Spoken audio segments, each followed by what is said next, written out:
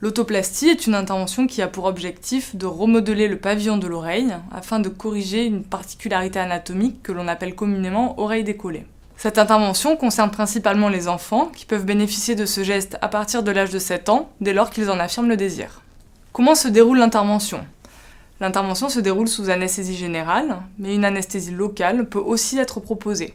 La technique chirurgicale est adaptée à chaque patient au cas par cas. D'une façon générale, le cartilage est remodelé à travers une incision de la peau positionnée à l'arrière de l'oreille.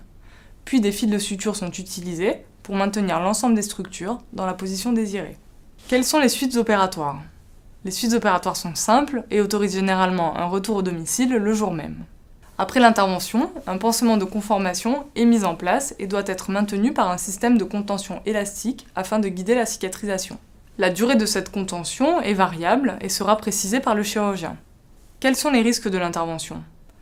Toute intervention sur le corps humain, même menée dans des conditions optimales de compétence et de sécurité, recèle un risque de complications et d'échec. Dans les suites immédiates d'une autoplastie, on peut observer la formation d'un hématome de la zone opérée qui impose le plus souvent son évacuation au bloc opératoire. Plus à distance du geste, on surveillera la survenue d'infections qui se manifestent par des douleurs et un aspect inflammatoire du pavillon.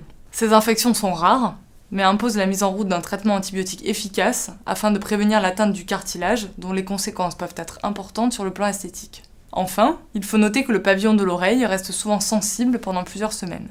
Dans de très rares cas, la peau située à l'arrière de l'oreille peut s'épaissir et prendre un caractère disgracieux que l'on nomme cicatrice kéloïde.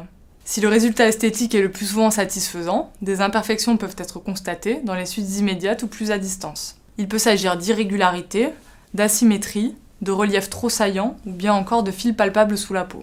Ces aspects, lorsqu'ils existent, sont habituellement discrets et n'attirent pas le regard. Mais si besoin, une retouche chirurgicale peut être réalisée dans un second temps.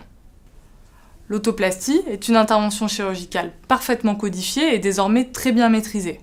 Pour une information plus détaillée, vous pouvez prendre rendez-vous avec un chirurgien ORL et consulter le site orl-information.fr.